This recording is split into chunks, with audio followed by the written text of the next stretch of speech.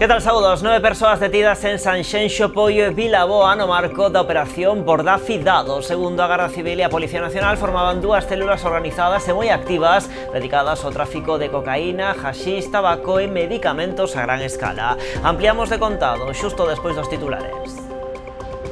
Os traballadores da planta de Nestlé en Pontecesures comezarán o vindeiro luns unha folga indefinida. Manteñen a convocatoria tras a reunión celebrada en Barcelona coa dirección da empresa, que mantén a súa intención de aplicar un ERE que afectaría a 27 empregados na factoría cesureña. A oposición de Ribeira solicita un pleno extraordinario para analizar as consecuencias económicas e xurídicas da ilegalización da gasolineira de Xarás. BNG, PSOE e non adscritos piden que se depuren responsabilidades políticas ante os preto de 4 millóns de euros que pode custar o procedemento ás arcas municipais. A alcaldesa acusa a oposición de tentar sacar rédito político desta situación.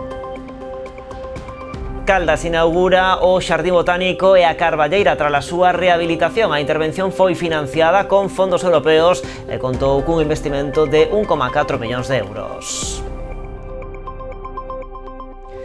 Ribadumia conta os días para a 53 festa do Tinto do Salnés. A cita será do 4 ao 7 de xuño. Este venres tivo lugar a xa habitual presentación oficial nunha das adegas. O pregón correrá a cargo de Leti da Taberna. Ademais, de forma paralela, continúan estes días as catas dos viños que chegarán á gran final. E o Concello da Pobra volverá a ofertar este verán viaxes en catamarán ás Illas Atlánticas. A ruta sairán dende o Porto da Pobra e, ademais do transporte marítimo, incluirán visitas a cargo de guías profesionais do Parque Marítimo Terrestre das Illas Atlánticas. Vémolo todo de contado aquí nas Novas do Día en Canal Rías Baixas.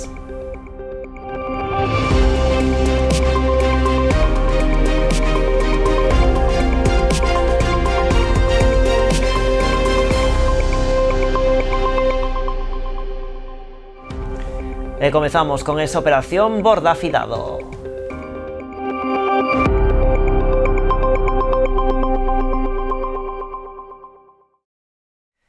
9 persoas detidas en Sanxenxo, Poio e Vilaboa no marco da operación Bordafi Dado. Segundo a Garda Civil e a Policía Nacional, formaban dúas células organizadas e moi activas dedicadas ao tráfico de cocaína, haxís, tabaco e medicamentos a gran escala. Este grupo criminal estaba asentado en dous concellos, Sanxenxo e Vilaboa, pero operaban en todas as Rías Baixas. A investigación arrancou en febreiro de 2025, despois de que chamara a atención a actividade dun veciño de Sanxenxo que se dedicaba á distribución de grandes cantidades de droga. Ademais das 9 detencións, os axentes realizaron 7 rexistros, 4 en Sanxenxo, 2 en Poio e 1 en Vilaboa. Neles foron intervidos 5 kilos de clorhidrato de cocaína e 4 caixas de medicamentos con máis de 150 fármacos diferentes. Tamén 550 paquetes de tabaco de contrabando, 115 gramos de haxís, 6 escopetas e 34.000 euros en metálico, entre outros elementos. A operación desenvolvida polo equipo de delincuencia organizada e antidroga da Garda Civil de Pontevedra e polo Grupo 2 da Unidade de Drogas e Crime Organizado da Policía Nacional continúa aberta e non se descartan máis detencións. E a Garda Civil desartellou unha organización empresarial dedicada ao fraude masivo a través de contratos de alugueiro de vehículos industriais. Operaban nas provincias de Pontevedra e Barcelona. O operativo, desenvolto baixo o nome de Capitalpo, saldouse coa detención de 2 empresarios e a investigación dun terceiro. Tamén se recuperou unha flota de camións, remolques e furgonetas cun valor no mercado superior ao 1,5 millón de euros. Segundo as pesquisas que comezaron en outubro de 2025, a rede creara un complexo tecido de sociedades pantallas en actividade real. A través delas, os implicados suscribían contratos financeiros para a compra de vehículos industriais. Despois, suspendían o pago das cotas acordadas de xeito sistemático, pero mantiñan os vehículos en circulación para a súa explotación comercial. A investigación puxose en marcha despois de que unha patrulla do subsector de tráfico da Garda Civil interceptara en Sanxenxo, nun control rutineiro un vehículo que figuraba nas bases de datos policiais como sustraído tras unha denuncia interposta en Madrid. Despois, os axentes localizaron varios automóviles na mesma situación. Coa análise da documentación descubriuse que os contratos de alugueiro contiñan sinaturas falsificadas que non correspondían aos titulares oficiais. Tamén cláusulas incumpridas e domicilios fiscais ficticios. O considerado como principal responsable da rede, un empresario relacionado coas firmas de Barcelona e Pontevedra, foi arrestado na capital pontevedresa. Levamos 40 anos entrando na túa casa, instalando os teus soños e coñecendo o teu nome. Fomos a túa tenda de confianza con outros nomes e hoxe evolucionamos para darche moito máis. Agora somos Mi Electro, mesmo equipo, mesma confianza e a experiencia de sempre coa forza dos mellores. Ven a descubrir a tecnoloxía máis avanzada co trato de toda a vida.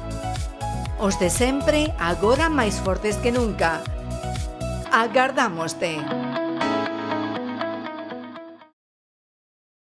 Os traballadores da planta de Nestlé en Pontecesures comezarán o vindeiro luns unha folga indefinida. Manteñen a convocatoria tras a reunión celebrada en Barcelona coa dirección da empresa, que mantén a súa intención de aplicar un ERE que afectaría a 267 empregados en toda España.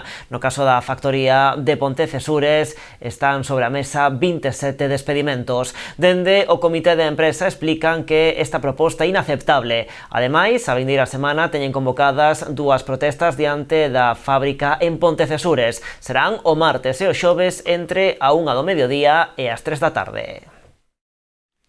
Outra noticia destacada desta xornada, o exalcalde de Noia e voceiro do Grupo Municipal, Santiago Freire, renunciou á súa acta como concelleiro e non será candidato do PP nas vindeiras eleccións municipais. O que fora alcalde pecha así un ciclo no que se mantivo en primeira liña da política municipal durante 3 mandatos, ata a moción de censura do pasado verán que o desaloxou da alcaldía. Na actualidade, Freire é director territorial de Educación na provincia da Coruña, cargo que asumiu hai apenas un par de meses e que constitúe o motivo principal da súa renuncia como concelleiro, para dispoñer do tempo suficiente que requiren as súas novas responsabilidades. Aínda así seguirá como presidente do partido a nivel local á espera de que a dirección provincial designe o novo candidato que pugnará pola alcaldía de Noia o vindeiro ano.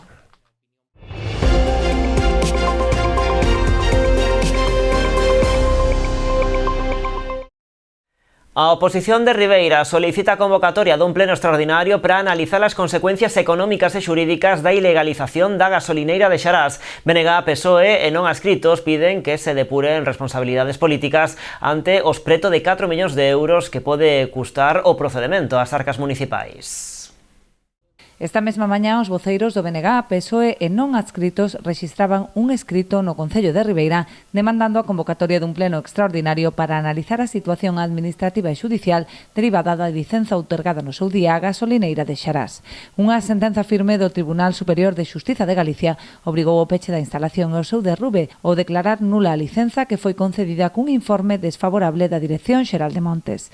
Una práctica ilegal que se dio una licencia que estaba informada en contra y que al final pues por H o por B, cuando su recorrido judicial acaba, al final todos los riberenses nos vamos a tener que ver obligados a pagar una indemnización que no nos corresponde, sino que ya está bien de coger y echar la culpa al cargo, no es la culpa del cargo, es de quien lo ostenta en ese momento. Entonces yo creo que al final habrá que dirimir ese tipo de responsabilidad, si se otorgó con mala fe, si se otorgó en contra de los informes, que eso ya está claro.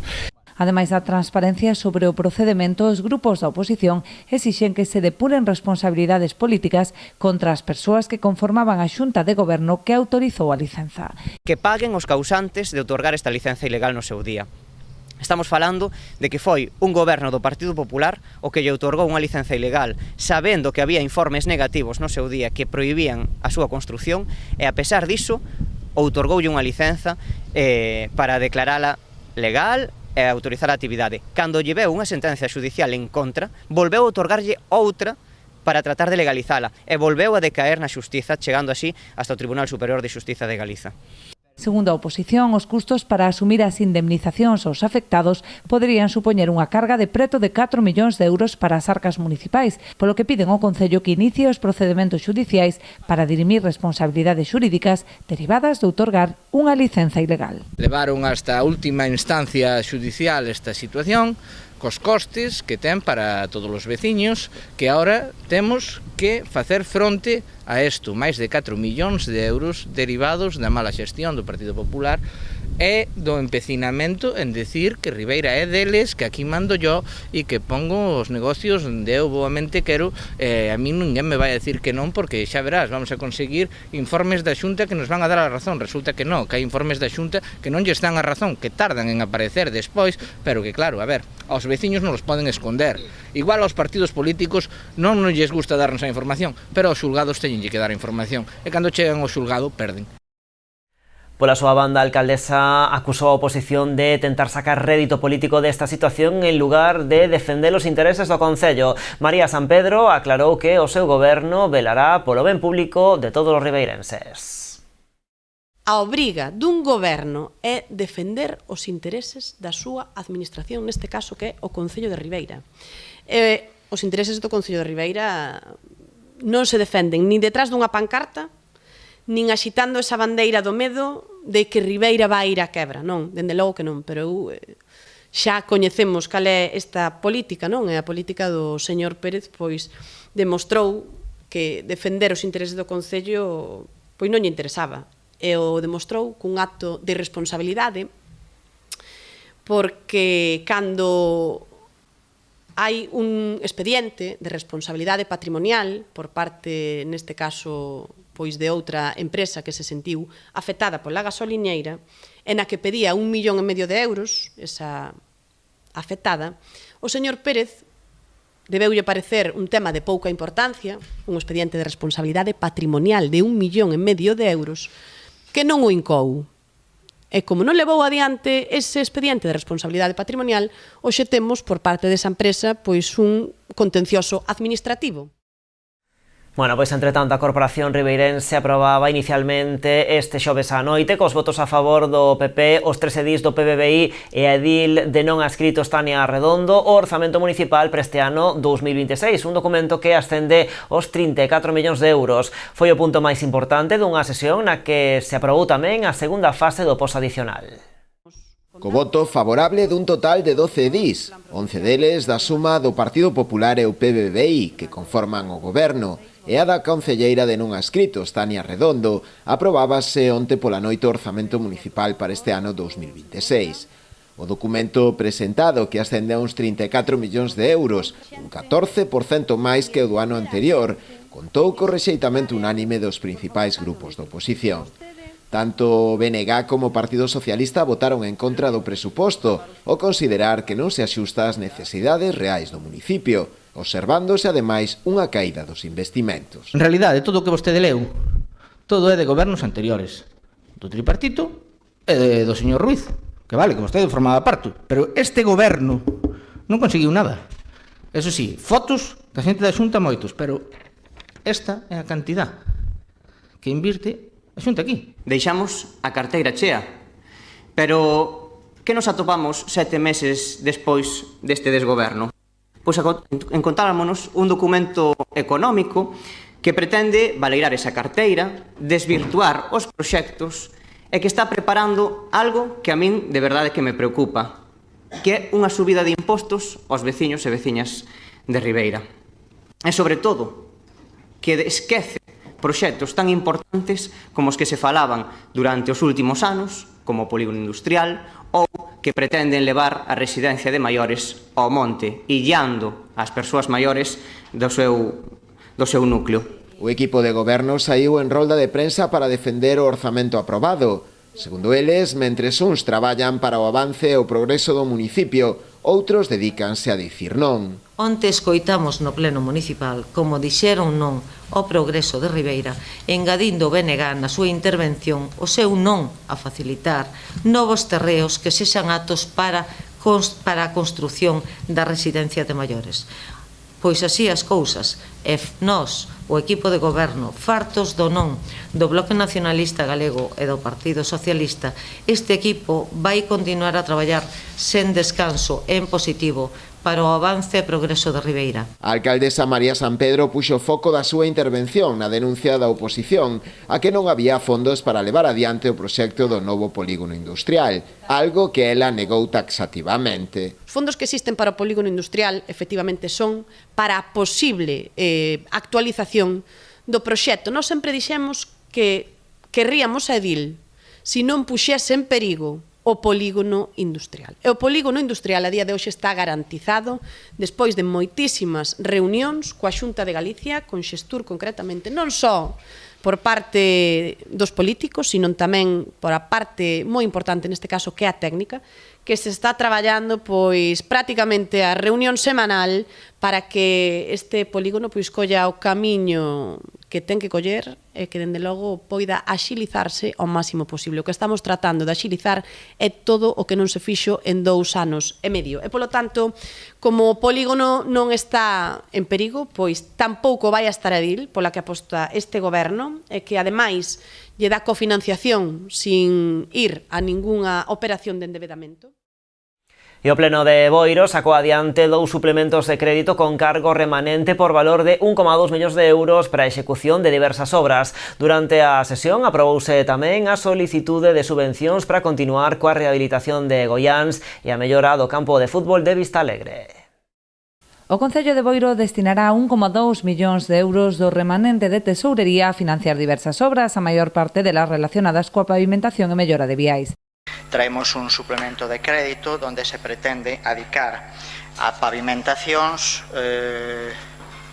un total de máis de 791.000 euros e a un proxecto cofinanciado coa Xunta de Galicia para a construción dunha aula gastronómica. Estou falando deste primeiro suplemento, porque teremos outro suplemento no punto terceiro, un cofinanciamento coa Xunta de Galicia desta aula gastronómica en máis de 155.000 euros. O Goberno sacou adiante a súa proposta co apoio de todos os grupos da corporación, a excepción do BNG, que votou en contra das modificacións de crédito por entender que estas partidas deberían estar incluídas no orzamento que se atopa aínda en proceso de aprobación. Algo que tamén destacaron o resto dos grupos acusando o Executivo de intereses electoralistas. Porque se non acometeron as obras o ano pasado, isto é a estrategia que teñen, e o que nos fai pensar é que o seu plan é que, claro, porque os cartos de remanente dixo usted fai un pouco, quedan libres porque quedan sin executar. Claro, porque lle convén mellor que facer eses pavimentos, esas obras este ano, porque está máis próximo ás eleccións. Esas son as súas maniobras e nós non imos a ser cómplices destas maniobras electoralistas. Se me din que estaban esperando unha subvención da Xunta, da Diputación, do Estado, de Europa, de quen sea, podo entender ata certo punto que estuveran esperando a recibila ou que estuveran esperando o papeleo ou tal, pero non, é cargo a remanente, sabían o remanente que tiñan a final de ano e había remanente xa do ano pasado, polo tanto, isto, en fin, non son os primeiros en facelo, non é o único concello en facelo, é o típico, último ano chegan as eleccións, o que non se fixo en 3 anos faise agora. Eso tamén explica moitas cousas do orzamento. Esta ingente cantidad de obras pues, bueno, se debe, entre otras cosas, a que ustedes tienen un remanente importante porque ejecutaron solo poco más del 20% del capítulo 6 en el presupuesto pasado. Maior unanimidade houbo no resto dos puntos que compoñían a orde do día. A Corporación acordou a solicitude de 2 subvencións á Deputación da Coruña, unha para a rehabilitación do lagar pequeno, a vivenda e as cortes do Pazo de Goiáns, e outra para a renovación do céspede artificial e mellora da cuberta das gradas do campo municipal de Vistalegre. Por último, saiu adiante a bonificación do ICIO para o proxecto de construción do ecosistema de vivendas inclusivas de Ámbar. E marchamos cara a outro pleno, agora o de Vilagarcía, municipio que xa ten aprobados os seus orzamentos para 2026. BNG e Esquerda Unida apoiaron a proposta que levou o goberno local este xoves a pleno, que ascende a 41,6 millóns de euros. O presuposto medra así un 5,4% respecto ao ano anterior. O documento inclúe unha partida para a compra dun terreo para a futura residencia, cuestión clave para o apoio de Esquerda Unida. É a primeira vez que a formación de Juan Fajardo apoia unhas contas deste executivo, deixando só o PP coa súa negativa a estes orzamentos. Este venres o alcalde celebraba a aprobación das contas. Alberto Varela agradecía o apoio do BNG e de Esquerda Unida. O socialista destacou a capacidade de chegar a consenso do seu executivo, apuntando que o remate do mandato, a débeda da cidade, non se incrementará respecto de cando chegaron ao poder. Isto se fai sin pedirlle aos veciños e veciñas de Vilagarcía un esforzo fiscal superior.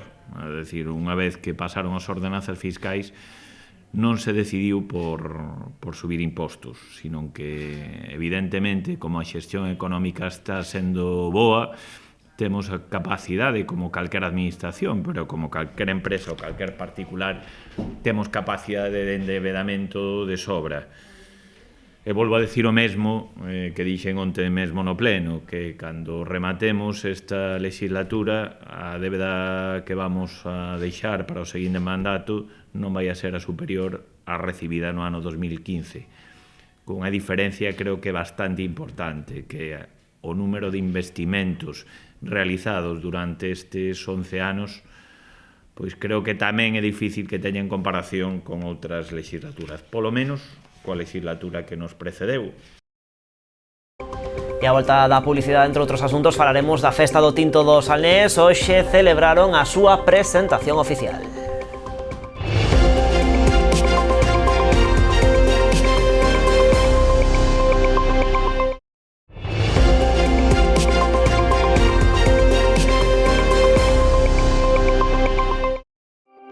Aquí seguimos nas novas en Canal Rías Baixas. Caldas inaugura o Xardín Botánico e a Carballeira tras a súa rehabilitación. A intervención permitiu recuperar, modernizar e poñer en valor este espazo, un dos principais atractivos turísticos da vila. A intervención foi financiada con fondos europeos e contou cun investimento de 1,4 millóns de euros. Caldas de Reis reabre o Xardín Botánico e a Carballeira convertidos nun auténtico museo aberto 24/7. É o nome do proxecto que o Concello deu á rehabilitación deste espazo. Hoxe é un día importante para o Concello.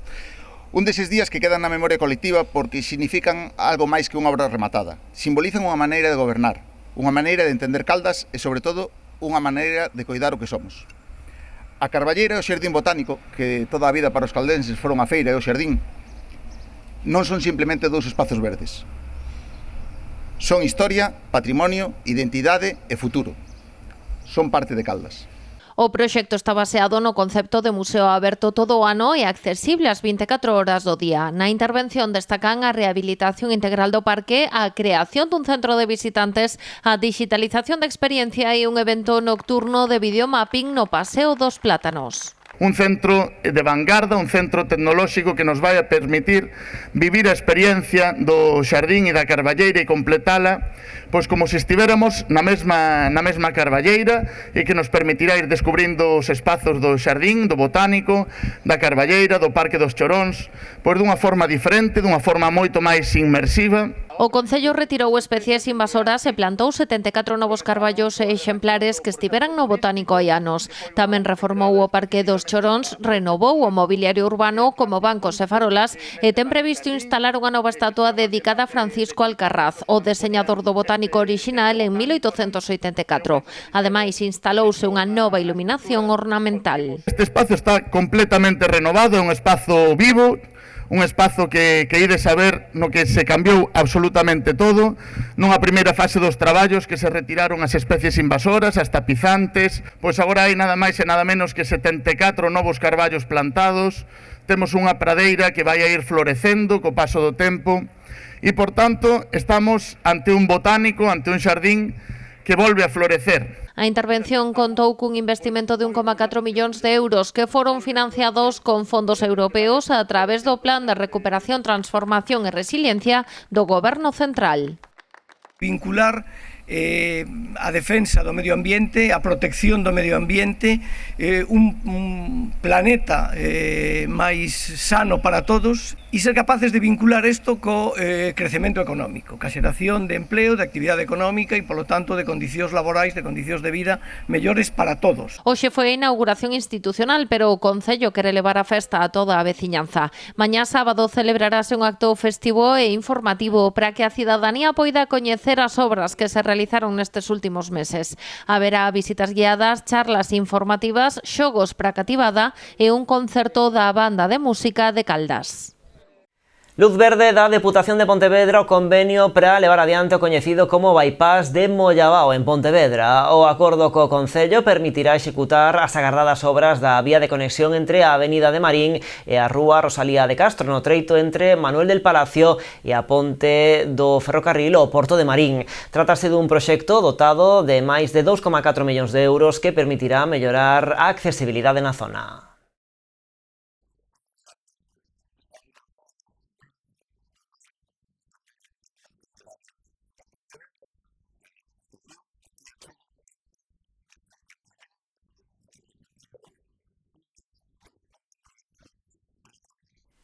En concreto, a vía de conexión terá 2 carrís con dobre sentido de circulación, beirarrúas de 3 metros de ancho, glorietas nas interseccións con Rosalía de Castro e a Avenida de Marín e unha zona de aparcamento na marxe dereita. Ademais, a actuación completarase coa humanización da rúa Simón Bolívar, ademais da creación de 2 zonas de coexistencia na contorna do Colexio Juan Sebastián Elcano e na Praza de Mollabao. Luís López indicou que esta actuación súmase aos máis de 30 millóns que leva investido a Deputación nesta cidade. E referiuse en concreto á actuación de mellora da iluminación do centro urbano de Pontevedra que financia íntegramente a Deputación cunha inxección de 2,3 millóns de euros con cargo á transferencia anual ao Concello capitalino. Cambiamos totalmente de asunto. Boiro acolle este vindeiro luns a 20ª edición do Agasallo a Luís Seoane. A actividade na que colabora o Concello está organizada pola Fundación Alcalde Varela e a Asociación Cultural Barbantia. Desenvolverase a partir das 7 da tarde no Pazo de Goiáns. O Pazo de Goiáns será escenario este vindeiro luns, 1 de xuño da 20ª edición do Agasallo Luís Seoane, coincidindo coa data de nacemento do artista intelectual galego. O acto organizado pola Fundación Alcalde Varela e a Asociación Cultural Barbantia xirará ao redor este ano da figura de Manuel Ourenzo, dramaturgo e actor fundamental da cultura galega contemporánea. O programa incluirá un recital de 4 poemas a Luís Seoane, seleccionados polo propio Manuel Ourenzo, que serán interpretados polo actor local Xosé Manuel Esperante. Vamos a celebrar el agasallo a Luís Seoane, uno de los artistas al que Salvador apoyó en vida, y del que la Fundación tiene gran colección. La idea es homenajearlo con un recital de poesía en el que se van a leer unos poemas de Luís Seoane. Los va a recitar Esperante, el actor, que es de aquí, de Escarabote, y la letra del librito que queremos compartir es de Manuel Ourenzo, que también le queremos dar un homenaje este día. Dende o Concello que colabora con esta iniciativa fa unha chamada á veciñanza a asistir ese día ao acto. Que para nós é un orgullo e que dende o Concello de Boiro e en nome do alcalde lle dou as gracias para que a súa ilusión de traer este proxecto a Boiro se poda iniciar e este será o primeiro de moitos, estou segura, de moitas colaboracións, así que se queredes o lunes acercarvos ás 7 da tarde ao Pazo de Goiáns para este 20 homenaxe de Luís Seoane, así que ali vos esperamos. Como parte simbólica da celebración, realizarase tamén no propio Pazo de Goiáns dunha plantación de 3 plantas de ruda e un allo verde, en lembranza do libro de lendas do propio Luís Seoane, 3 hojas de ruda e un ajo verde. E o Concello da Pobra volverá a ofertar este verán viaxes en catamarán ás Illas Atlánticas. As rutas sairán dende o Porto da Pobra e, ademais do transporte marítimo, incluirán visitas a cargo de guías profesionais do Parque Marítimo Terrestre das Illas Atlánticas. A Concellería de Turismo da Pobra segue a apostar por dar a coñecer a ampla riqueza das Illas Atlánticas a través de varias saídas en catamarán entre os meses de xuño e setembro. As rutas sairán dende o Porto da Pobra e, ademais do transporte marítimo, incluirán visitas a cargo de guías profesionais do Parque Marítimo Terrestre das Illas Atlánticas. Un ano máis, grazas á naviera Piratas de Navia, con sede principal en Vigo, chegamos ao acordo de que este verán saian tamén un catamarán dende a Pobra en días específicos para poder visitar as illas Ons, Cíes e Sálvora. Quero aproveitar para agradecerlle personalmente a Susi Acuña, a directora de Piratas de Navia, o seu compromiso e colaboración connosco e tamén polo traballo do seu equipo, ano tras ano. Dende a Concellería de Turismo da Pobra sabemos que estas viaxes ao Parque Nacional das Illas Atlánticas é unha actividade moi demandada e que desfrutan tanto veciños e veciñas da Pobra como todas as persoas que nos visitan. As saídas ás Cíes desenvolveránse o 28 de xuño e o 6 de setembro, a Ons o 26 de xullo e o 23 de agosto, e a Sálvora o 19 de xullo e o 8 de agosto, esta última en horario nocturno para observación astronómica. O 28 de xuño e o 6 de setembro para ir ás Illas Cíes, o 19 de xullo e o 8 de agosto para ir á Illa de Sálvora, e o 26 de xullo e o 23 de agosto para ir ás Illas Ons. Todas as viaxes cadran en domingo, irase pola mañá e regresarase pola tarde, exceto o sábado 8 de setembro, que irase pola tarde e regresarase á noite. E para co fin de realizar en Sálvora a ruta Starlight. A información sobre horarios e prezos pode consultarse na web de Piratas de Navia, onde xa se pode realizar a reserva de prazas.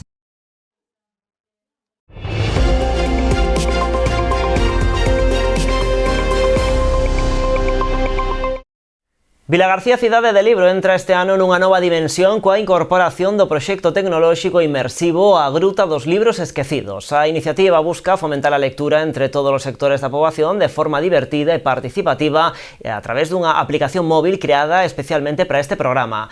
A proposta tamén permitirá dar unha segunda vida aos exemplares abandonados de moitas casas, creando con eles novos espazos de lectura fora dos círculos habituais. A Gruta dos Libros Esquecidos arrancará o 8 de xuño, coincidindo coa apertura da sexta edición desta mostra literaria. Será coa posta en funcionamento da aplicación e unha solta inicial de exemplares por distintos espazos públicos da cidade. Serán en total uns 400 títulos. Cada publicación incluirá un encarte cunha historia que serve de punto de partida ás probas e xogos interactivos a realizar a través do móvil, accedendo á aplicación mediante un código QR. Para isto, deseñouse todo un universo narrativo baseado en lendas e no imaginario mariño vinculado ao Parque Nacional das Illas Atlánticas e a Illa de Cortegada. A iniciativa desenvolverase ata finais de novembro. O remate sortearánse premios entre todos os participantes que teñan superado con éxito as probas. Serán 5 visitas guiadas á Illa de Cortegada, as que os gañadores poderán acudir coas súas familias.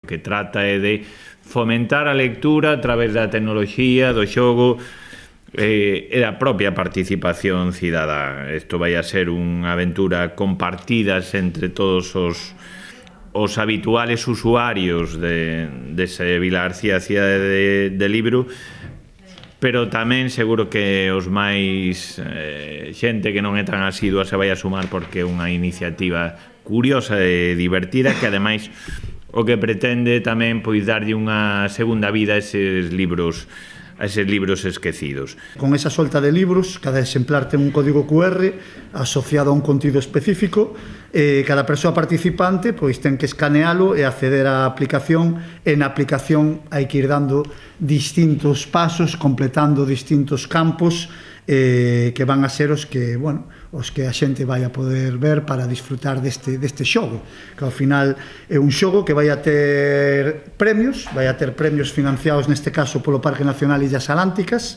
Establecense un total de 5 códigos QR premiados.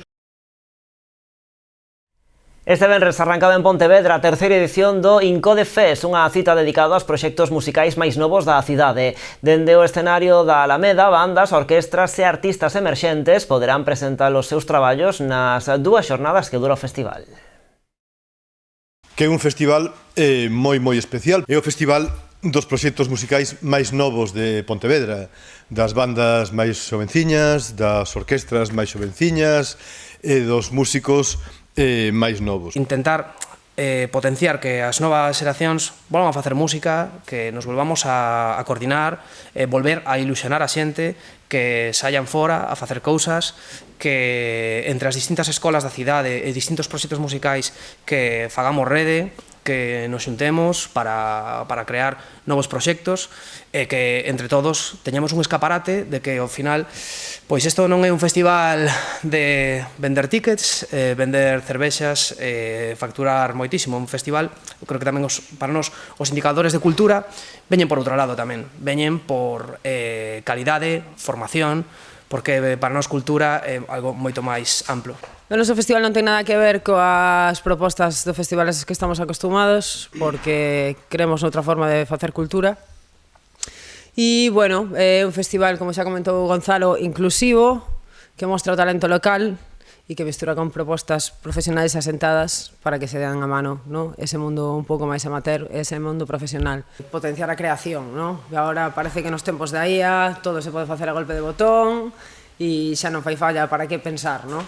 Creo que estamos nun momento super crítico en canto a evolución de pensamento e que é super importante a creación colectiva, super importante que sigamos potenciando esas ferramentas de espírito, porque ao final é cultivar un espírito crítico, non? Enfrentarte á creación pareceme unha cousa indispensable para ter un cerebro un pouco vivo, non?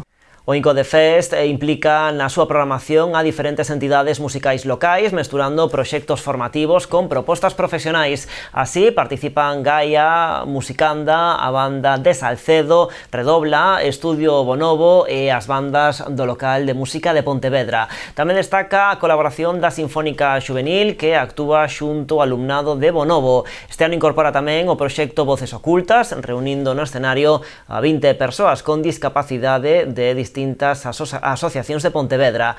Destaca ademais o protagonismo feminino do programa con propostas como a de Mercedes Peón con Deixas, xunto con Ana Fernández e Mónica Denut.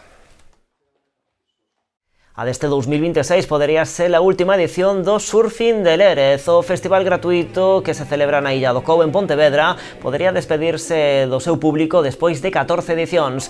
Dende a organización explican que o incremento dos gastos de montaxe provocado polo incremento da popular cita fai inviable a súa organización coas axudas que reciben na actualidade. Así, o Surfing de Lérez só volvería no 2027 se apareceran patrocinadores dispostos a sufragar estes custos. Este ano a cita sufriu un importante golpe tras quedar fora dos patrocinos englobados no Xacobeo 2027. Tras este anuncio, só queda gozar o máximo da edición deste ano. Será os días 12 e 13 de xuño. Ribadumia conta os días para a 53 festa do Tinto do Salnés. A cita será do 4 ao 7 de xuño, co viño e a gastronomía como principais ingredientes, pero cunha gran programación paralela con multitude de propostas musicais. Este venres tivo lugar a xa habitual presentación oficial nunha das adegas. O pregón correrá a cargo este ano de Leti da Taberna. Ademais, de forma paralela, continúan as catas dos viños que chegarán á gran final. A festa de referencia en Ribadumia encara a súa conta atrás. A 53 festa do Tinto do Salnés vaise celebrar do 4 ao 7 de xuño. Este venres, como xa tradición, tivo lugar a súa presentación oficial nunha das adegas. Desta volta, na de Seso Piñeiro. Unha persoa colaboradora na festa do viño tinto do Salnés e exaltación das variedades autóctonas dende fai moitos anos, posiblemente, se non me confundo, Seso, dende que se iniciou a festa do viño tinto. Por lo tanto, hoxe estar aquí con Seso, coa súa muller e cos seus fillos, coa súa familia, para nós é moi gratificante eso. O adegueiro destacou como foi medrando esta festa dende as súas orixes ata converterse no gran evento que é hoxe. A máis sempre. Eu fun da directiva tamén e puxámonos nunha altura bonita, pero quedaron uns sustituíndonos a nós. É unha maravilla. Na parte festiva, actuacións musicais destacadas cos festicultores, a mecánica Antonio Barros coa agrupación musical de Ribadumia e grandes orquestras como Olympus, América de Vigo, Capitol ou Panorama. Para todas as edades, dende os máis novos, dende os máis cativos, ata persoas maiores. E vamos a ter, que xa é, bueno, pois xa todos sabemos, pois orquestas como poden ser Olympus e América de Vigo o venres, Capitol e Asia o sábado e Panorama o domingo. De forma paralela, ademais, organizaránse dous show cookings con sabor local. Este ano o show cooking van a estar dúas veciñas, un veciño e unha veciña de Ribadumia para facer o show cooking, que van a ser o venres a 1 da tarde e tamén vai a ser o domingo a 1 da tarde. O pregón correrá a cargo de Leti da Taberna. Ademais, como sempre, investiránse novos valedores. Vamos a nomear 9 valedores, que son Cesario Ouviña, Adolfo Fontán, José Pesqueira, Jesús Lede, Manuel Carvajal, María José Basanta, Carmelo Sotelo e Antonio Gondar, ¿no? Entre os colaboradores da festa figura a Xunta de Galicia. Eu animo a todo o mundo que se pase por Ribadumia o próximo fin de semana, que estou seguro que vendo o ambiente que hoxe temos aquí nesta presentación, vai a ser desde logo a festa moito máis e vai ser pois o epicentro do Salnés e probablemente pois da provincia de Pontevedra. De forma paralela, nestes días previos estánse a celebrar as catas pro concurso. 12 viños pasarán a gran final. Se presentaron en total máis de 120 viños, dos cales 102 viños son variedade de folla redonda. Hubo unha primeira cata na que se seleccionaron eses 37 mellores viños para pasar ás catas semifinais, non? En canto ao xantar de confraternidade, agárdase a participación dunhas 900 persoas. Máis cousas, máis de 350 participantes e 10.000 euros recadados. Estas cifras resumen o éxito da 10ª andaina solidaria de Congalsa. A empresa fixo entrega este venres dos fondos conseguidos ás 5 entidades beneficiarias. A veciñanza e o tecido empresarial do Barbanza seguen a facer gala da súa solidariedade nas citas en favor dos máis necesitados. Unha das últimas foi a andaina solidaria de Congalsa celebrada o pasado domingo, que conseguiu recadar 10.000 euros e máis de 1.500 kilos de alimentos. Preto de 1.800 euros procederon das inscricións e do dorsal cero, mentres que o resto, ata completar os 10.000 euros, foi aportado pola empresa como mostra do seu compromiso con tecido social e o sector do mar. Agradecer a solidaridade de toda a xente que ha participado, que han sido 350 personas colaborando, 29 dorsales cero, y con estas inscripciones pues se han conseguido 1.800 euros y el resto de la aportación pues la hace Congalsa pues para llegar a estos 10.000 y que podamos repartir a partes iguales entre las 5 entidades. Nos gustaría agradecer a Amicos, que nos ha ayudado con sus usuarios, con la entrega de las camisetas solidarias, y también a Asociación a Orixe, que nos ha diseñado la ruta y bueno, hemos hecho ese tramo del camino a Orixe. Y bueno, y estamos aquí en Ribeira hoy, agradecemos a Vicente Mariño que nos acompañe, porque queríamos poner en valor también que de las 5 entidades beneficiarias, pues 3 son de aquí de Ribeira, igual que Congalsa, que tenemos sede en Puebla y en Ribeira, pues bueno, para visibilizar, ¿no?, que nuestro impacto es con la comarca.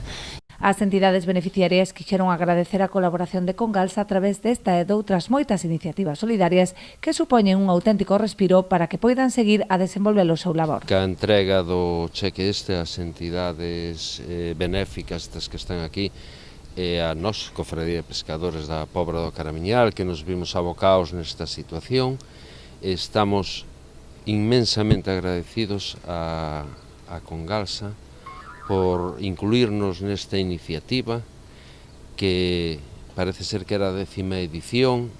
É moi importante, coida da xente, fai que a xente practique deporte, que se solidaricen uns cos outros. Hai xente que lle fai reaccionar, que estaba sentada no sofá e igual nunca había participado nada deso. E este tipo de iniciativas que leva Congalsa fan que a xente reaccione. Moitas veces cando fai falta. A nós nestes momentos fainos moita falta.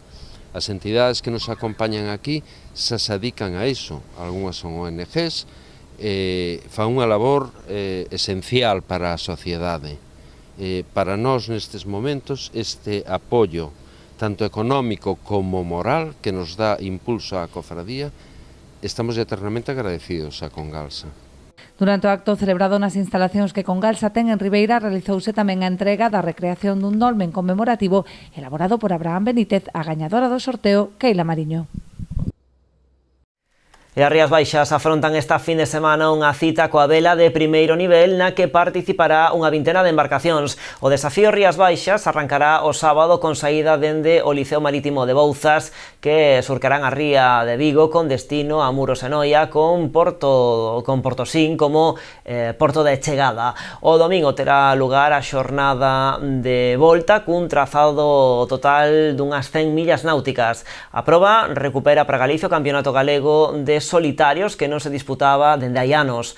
Tomarán parte tamén neste desafío embarcacións con 2 e 3 tripulantes. Pois así marchamos, máis información en canalriasbaixas.com e tamén nas nosas redes sociais. Graciñas por estaren aí, pasen bo fin de semana.